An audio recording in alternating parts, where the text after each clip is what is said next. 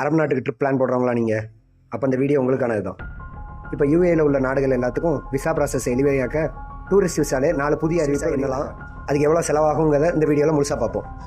இந்த விசாவில் மொத்தம் 4 வகை இருக்குது. முதலாவது short term visa single entry. இதில் நீங்கள் 30 நாள் அங்கே ஸ்டே பண்ணிக்கலாம். இதுக்கு 250 dirhams செலவாகும். ரெண்டாவது பார்க்குற விசா என்னென்னா short term visa multiple entry. இதுக்கும் நீங்கள் 30 நாள் அங்கே ஸ்டே பண்ணிக்கலாம். ஆனால் இதில் எத்தனை தடவைனாலும் அங்கே போயிட்டு வந்துடலாம். இதுக்கு மொத்தமாக 690 dirhams செலவாகுது. மூணாவதாக நம்ம பார்க்க போகிறது long term visa single entry. இதில் நீங்கள் 90 நாள் அங்கே ஸ்டே பண்ணிக்கலாம். இதுக்கு மொத்தமாக 600 dirhams செலவாகுது. நாலாவது நம்ம பார்க்குற விசா என்னென்னா long term visa multiple entry. இதுவும் 90 நாள் ஸ்டே பண்ணிக்கலாம். இல்லை நீங்கள் எப்போ வேணாலும் அங்கே போயிட்டு வந்துக்கலாம். இதுக்கு மொத்தமாக 1740 dirhams செலவாகுது.